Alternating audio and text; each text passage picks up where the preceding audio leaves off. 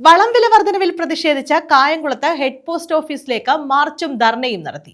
കർഷക സംഘം കായംകുളം ഏരിയ കമ്മിറ്റിയുടെ നേതൃത്വത്തിലായിരുന്നു മാർച്ചും ധർണയും സംഘടിപ്പിച്ചത്.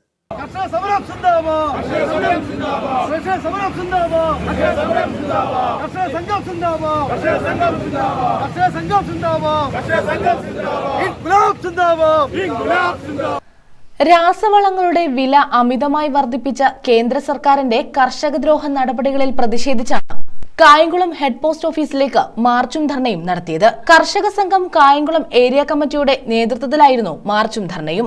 സംസ്ഥാന vice president Sheikh P Haris ധർണ ഉദ്ഘാടനം ചെയ്തു.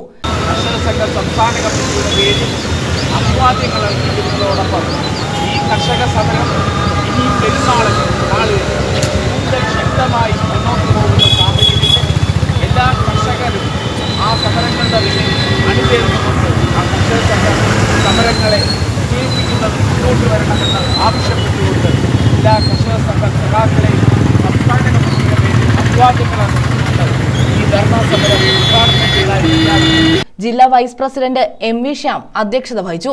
ഏരിയ സെക്രട്ടറി എം നസീർ, ജില്ലാ ജോയിന്റ് സെക്രട്ടറി എസ് ആസാദ്, ജില്ലാ കമ്മിറ്റി അംഗം G Harikumar, P Suresh Kumar, R Jayakumar, Hussain Kaleekkal തുടങ്ങിയവർ പങ്കെടുത്തു. News bureau, Kayamkulam.